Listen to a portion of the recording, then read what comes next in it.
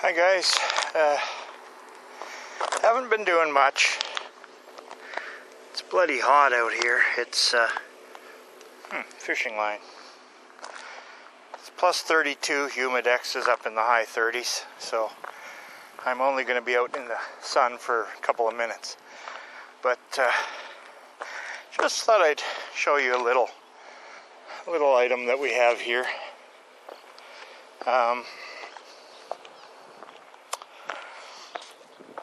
Winnipeg has the problem of the Red River, which is a main tributary to Lake Winnipeg, has the Red River flowing through it, which comes from the States. And being that it flows north, one of the problems we have is that the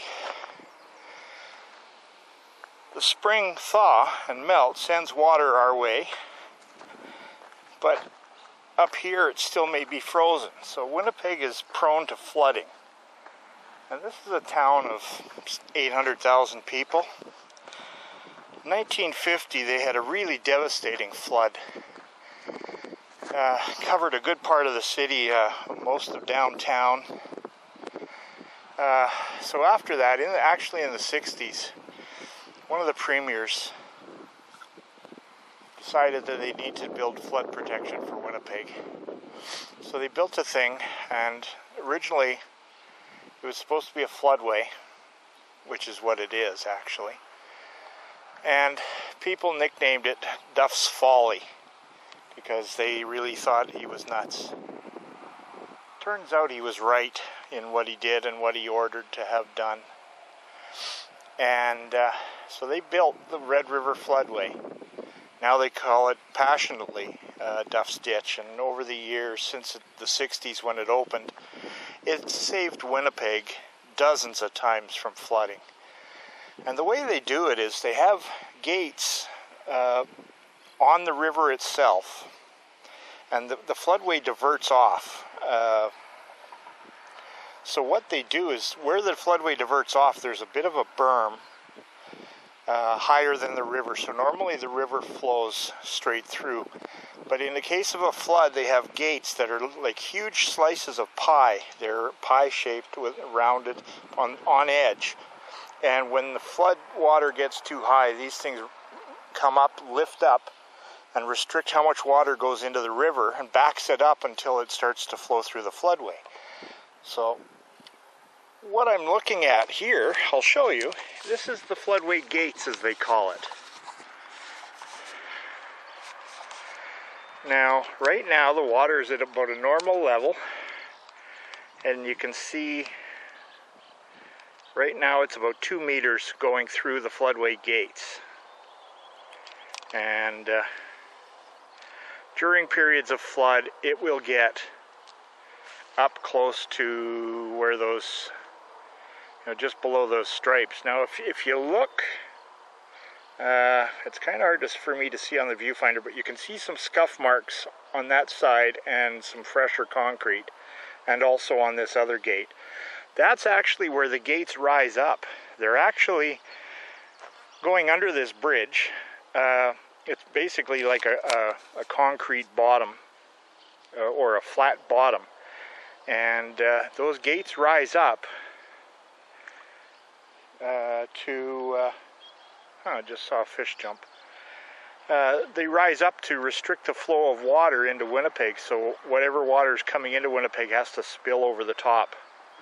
And once they raise it, it starts to, depending on how high they raise it, it'll divert water through the floodway. You can see some places you can see evidence of where the high water mark was, but the water is, as I mentioned, there's this part right here. The water will be above that rail during a flood. The water will almost be under the bridge. So those gates go up probably 10 meters from the water surface now. And they're sitting down about 2 meters down. So the floodway is about, I think it's about 40 or 50 kilometers long, and it basically takes flow from the Red River around the east side of Winnipeg and joins back up with the Red River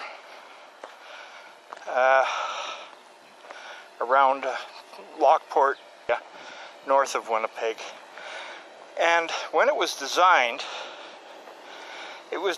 so the flow of water, the pitch or the grade that was on there is such that the water will flow at the same rate it does in the river. So in theory, if you put two boats in the water at the same time, one going down the river, one going down the floodway, they should theoretically meet up fairly close at the north end. And it's quite an amazing feat. It can actually be seen from the International Space Station. It's large enough. And the flood protection that they have here is world renowned, actually. So just thought I'd show you that for a little bit of interest, because we're driving around where it's nice and cool anyway. And cool in the van, not cool outside. Might be okay for some of you southern US guys where it's only 90, but us Canucks,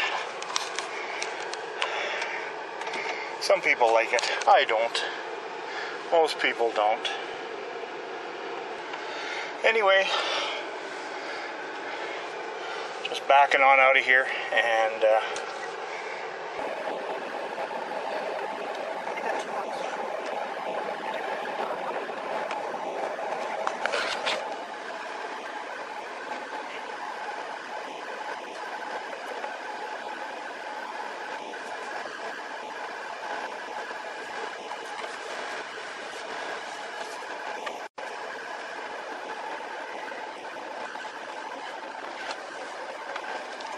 fish jumped while I was down there.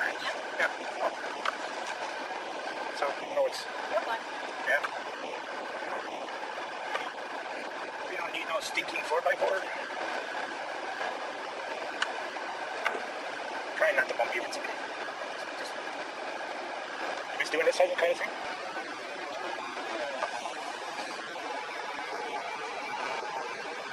Sunbeam.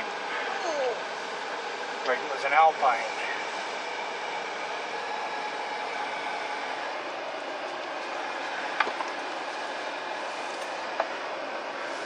Shane Bridge. One winter of ice racing. We raced right here on the river. It's a nice area. Ran down around the corner a little bit, came back. Pits were just down this side. And here's where they control the gates from.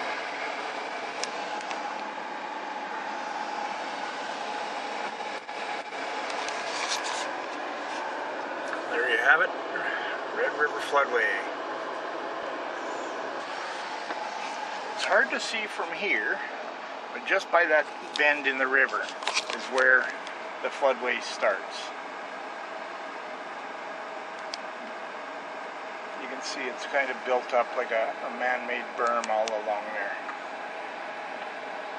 That is one side of the floodway. That would be the south side. Now, if you follow it along,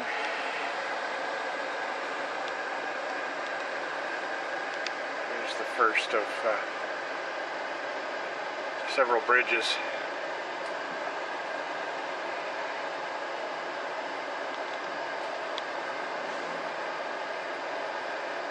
That allow traffic, trains to cross the floodway.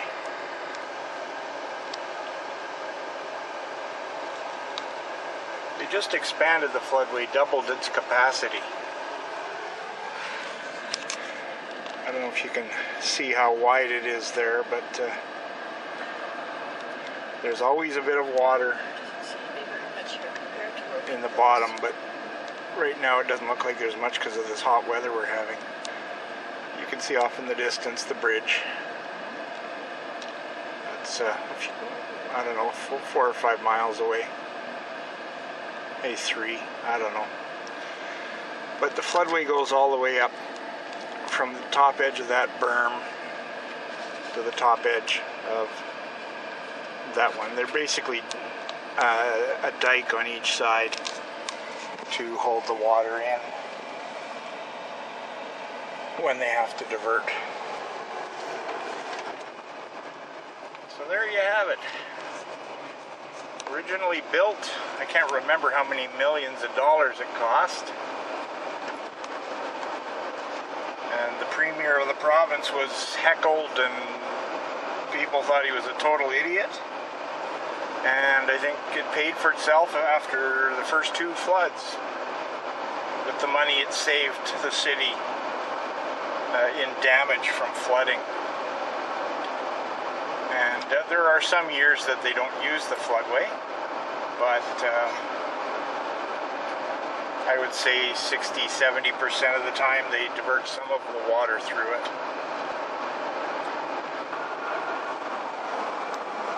House on a hill. This is all because of flooding. All these houses are either brand new or were raised onto hills because in 1997, Winnipeg had what they called a 1 in 800 year flood. And this area was under about 8 or 10 feet of water. Even with the floodway at full capacity, the water was so high that it went miles and miles to the east and west of the Red River. It spilled the banks a long way. So much so what they call it when it gets like that is they change the name from the Red River to the Red Sea. A lot of them also have dikes built around their properties now. Keep their buildings at least. Some of them may lose machine shops, but I think in many cases if it's a farmer. Another one built on a hill, built up onto a hill. These were all from the floods in 1997.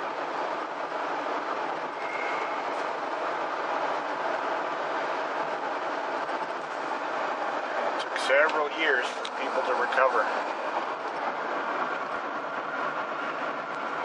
Around here, people got flooded quite regular if they lived along the river, and then when that one hit, here's one that has a dike around where his equipment is, and his house is built on a hill.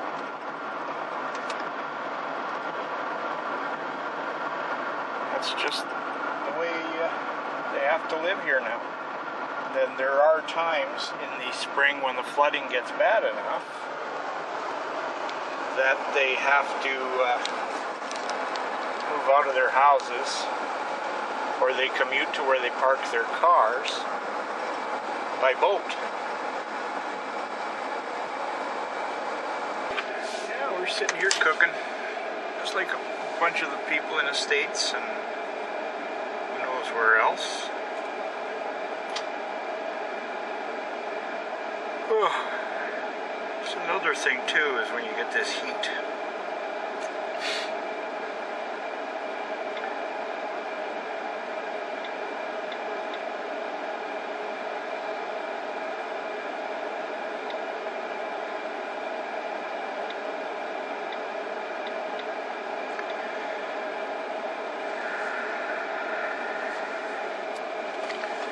$1.21. Canadian gallon is 4.54 liters. So there we have the price per gallon in gasoline for us right now.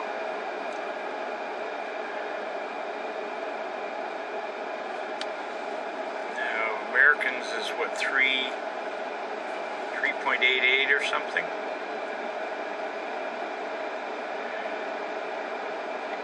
Go by 3.88.